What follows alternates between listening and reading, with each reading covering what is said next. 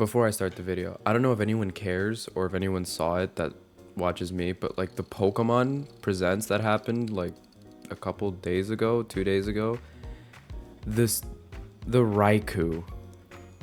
Why did they do that to Raikou? It looks so stupid and I hate it. And like the Suicune looks so cool, like the Suicune that they put before. Why does the Raikou look like that? What is wrong with them? I'm not here to talk about Pokemon. I'm a huge Pokemon nerd. I don't care what they put in the game. I'm buying it regardless, but regardless of that. No, I'm here to talk today about... Dude, Vagabond is so good. Why doesn't anyone talk about... I mean, people talk about it, right? Like, I see people online talk about how, like, oh, but it's always in conjunction with Berserk or Vinland Saga. Maybe it's because it just didn't get an anime, but no one talks about Vagabond by itself. Whenever I hear Vagabond, it's that like 3 still images of the Takeo from Vagabond, the guy from Vinland Saga. I still haven't watched Vinland Saga. I'm gonna get to it. And Guts. Like, it's just 3 of them. It always gets talked about in conjunction with the other 2 saenin manga. Dude, this manga is so good. I haven't even finished it yet. Like, okay, let's break down my thoughts here. I am 30 to 40 chapters in. I haven't checked in a while. I'm reading this thing very slow for some reason. It's so good, man. The main character, Takeo, off rip, like, I just like badass characters that know how to fight because I like people that know how to fight. It's cool to me. And off rip, you just get introduced to this badass character that... this is weird without the headset. Hold on. Okay, now I feel a bit more comfortable. I don't know why it helps. The headset helps. Don't ask. But yeah, no, you get introduced to this character and he's so badass where you get introduced to 2 characters off rip. It's Takeo and Mashimoto? I think his name is Mashimoto. It's something like that. It's his friend. And his friend is like a wimp and a piece of shit, and later on in the story, like, he's really a piece of shit. It gets hammered home how much of a piece of shit he is. But Takeo just off rip is just this very cool, powerful character. But then you get deeper into it and you see how the reason why he's so strong. It's so interesting to me because no other manga I've really read goes into why these characters value strength as much as they do. It's because in reality, they're very weak.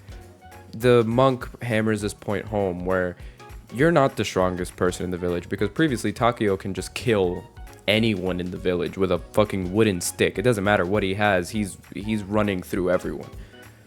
But he's only become that strong because of a desire, right? I say this a lot, where people are better than others, not based on actual ability, but based on desire. Meaning, me and you, we're both human. If we're around the same age, there's not much you can do that I can't do, and there's not much I can do that you can't do. The difference is our desire to do separate things is different. The want is it there for... Maybe the want is there for me, maybe the want isn't there for you. Maybe there's a want that you have that I don't have.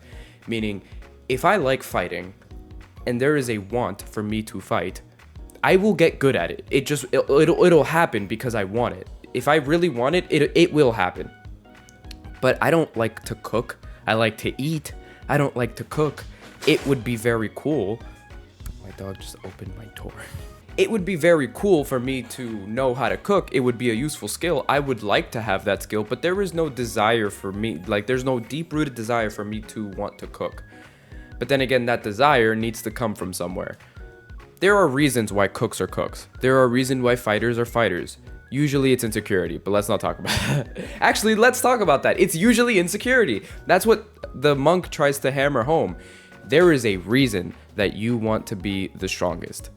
And the reason is because you're the weakest, because you have the most trauma, because you have the least amount of ability to cope with what has happened to you.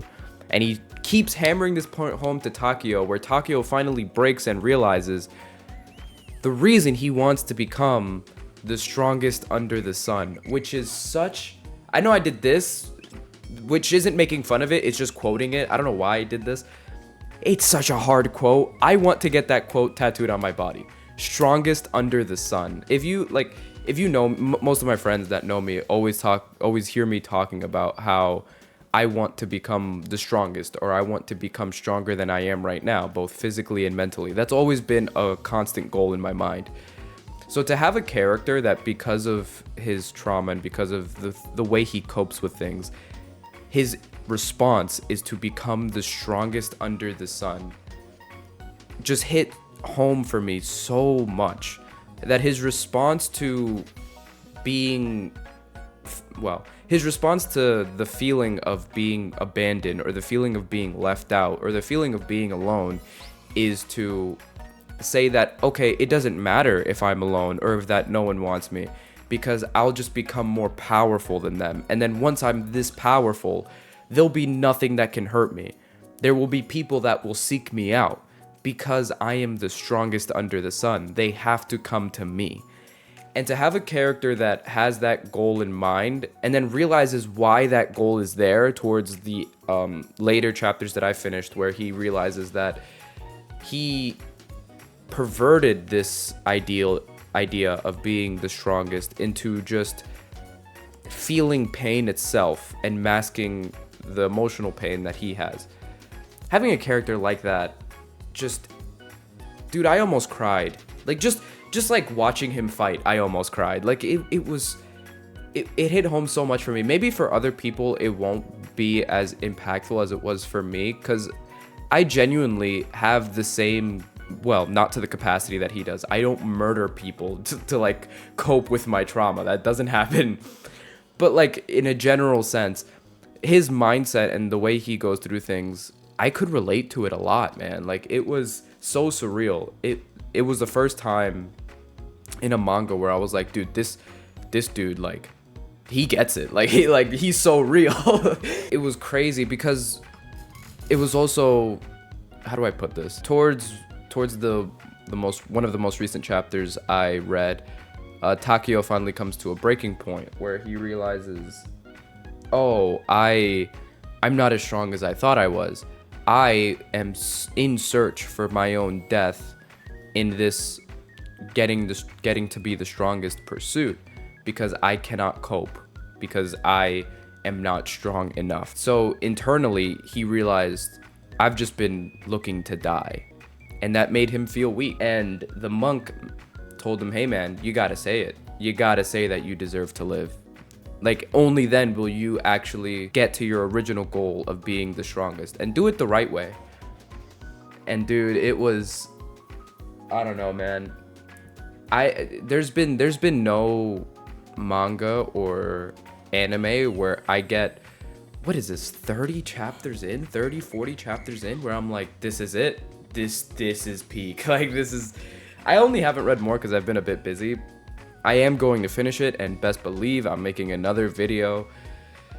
But man, it just, I don't know, maybe it doesn't hit as hard for other people, but for me, dude, the strongest under the sun quote is just amazing. I don't know why it doesn't get talked about as much as all the other ones, because I feel like he's just much more relatable than someone like Guts, because Guts is just a monster. I mean, this guy kind of is too, but I don't know, Guts has this, I guess that's why he's more appealing. It's because he has this larger than life feeling to him. Like, he just keeps getting bad shit done to him and keeps chugging forward. Well, except for the end there where he kind of broke down, which is actually, holy shit. I just realized it's kind of sad, because the second that we actually see Guts, like, kind of like, fuck, this is as much as I can take, that's where tragically the manga cannot go forward anymore because of the author's unfortunate passing. So it would have been so interesting to see Guts be like more humanized in a way. But I guess it is appealing to see this character have the world try to bring him down, and he's like, just fuck no, fuck that. I'm up, let's go. Like, I don't know, man. I really like the emotional transparency or vulnerability that Takeo has from the jump. From the jump, you know that there's something wrong with this dude. And then through a couple chapters later, they convey this beautiful story of a man trying to become the strongest. And it's so good. Like, I love this manga already. I can see why it's like very critically acclaimed, but I cannot see why it's never brought up other than to just compare it to Vinland Saga and to Berserk. I feel like if it gets an anime, it's gonna be like up there. Like people are gonna be much more aware of it. Maybe that's why it hasn't gotten an anime. Because to be honest, I never heard of Vinland Saga before it got an anime. So maybe that's what it is. Maybe it's just once this gets, or if this gets animated, because it's been out for a while now that I understand it, no, and it hasn't gotten an anime, which is weird. I hope it does get an anime. I am going to finish it, and I will make an update video recapping points in the story and giving like my analysis on each point in the story. I just wanted to make this video to gush. That's it. It was just so good, and it spoke to me so much that I wanted to make this video to just document it. And probably one day, I don't know, maybe I'll sit on it a bit more, but dude, strongest under the sun would be a cool ass tattoo to have. Dude, I hope you had a good morning. I'll see you.